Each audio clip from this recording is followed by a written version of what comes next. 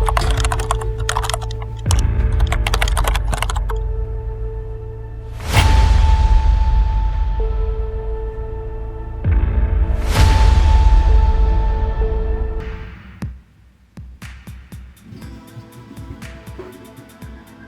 guys, let's make a video on the Zoom H6 handy recorder. Stick around, let's figure this out. Hello guys, and welcome to this channel. On this channel, we take the big Hollywood ideas and we transpose them into smaller ideas so that you, the indie filmmaker out there, can implement in your works. Today, we are talking about the all-new Zoom H6. I mean, when I say all-new, it means 2020 model. This recorder has actually been with us for a couple of years now, but Zoom took it upon itself this year to just make some small upgradement, and they released this within 2020. So I figured that since it's been years since the release of this little beast of an audio recorder, why don't I make a video talking about this little beast of a recorder? So let's get right into the video. But before we do, guys, if you're new to the channel, I'll much appreciate it if you do click on the subscribe button and hit on the notification icon so that you get notified anytime we drop awesome content like this on this channel. Without much ado, let's get right into it. Like established earlier in the video, the Zoom H6 has actually been with us for a couple of years now, but it has constantly remained one of my very favorite recorders. And it's so for some very main reasons. Now, right away, if you take a very good look at this recorder, you would realize that it's very modular in nature. But from my experience, the placement of this monitor is actually very good, especially when you intend to mount the recorder directly onto your DSLR camera or your video camera. It makes it very easy for you to be able to access all the dials while still being able to see every little single details on the screen because of its modular nature and where it is actually placed within the body. And if you look to the sides of this thing, you have XLR inputs.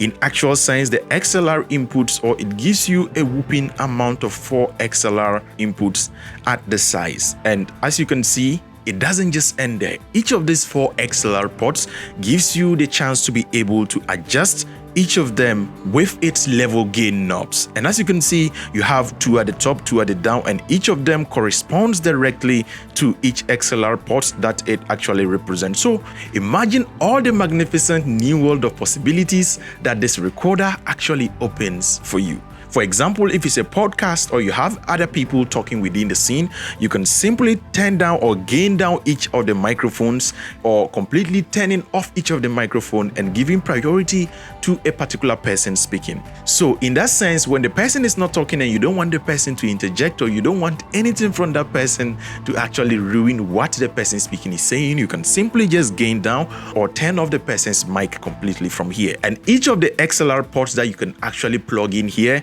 have its own knob that you can actually gain it down or completely turn off that particular microphone. Guys, how awesome is this? And just look at the size of this. And it doesn't just end there, guys. It has much more extra ports.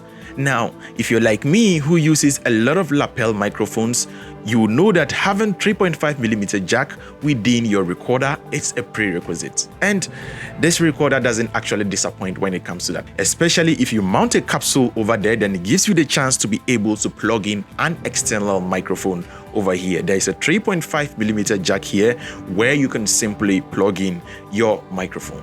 And now, guys, per the location of this 3.5mm jack, that is certainly the only thing I don't like about this recorder. And where it is placed reminds me of the camera Sony FS6, where when you take off the handle, you actually lose very important buttons on the camera. And I feel like, why do I need a capsule in order to be able to access my 3.5mm jack? And I think that is the only thing I don't really like about this recorder. But outside of this, it's a magnificent piece. And after so many years, at times I get shocked at myself to the reason why I still recommend this beast to anyone who actually is just getting into audio. So one will ask, how does this actually compare to the previous models that came before this? And to be able to do that, I think we need an older version like the Zoom H4n to make comparison. Let's get onto Google and see if we can get that to talk about that as well. Just hang on.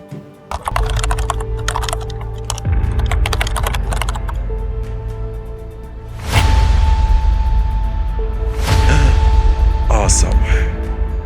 Guys, I have in my hand here the Zoom H4n, and for a very long time I used this recorder and it actually never disappointed. Now, just looking at its modular nature, comparing it to the Zoom H6, you would realize that in terms of button layout, there isn't really too much of a difference if you pay a very keen attention.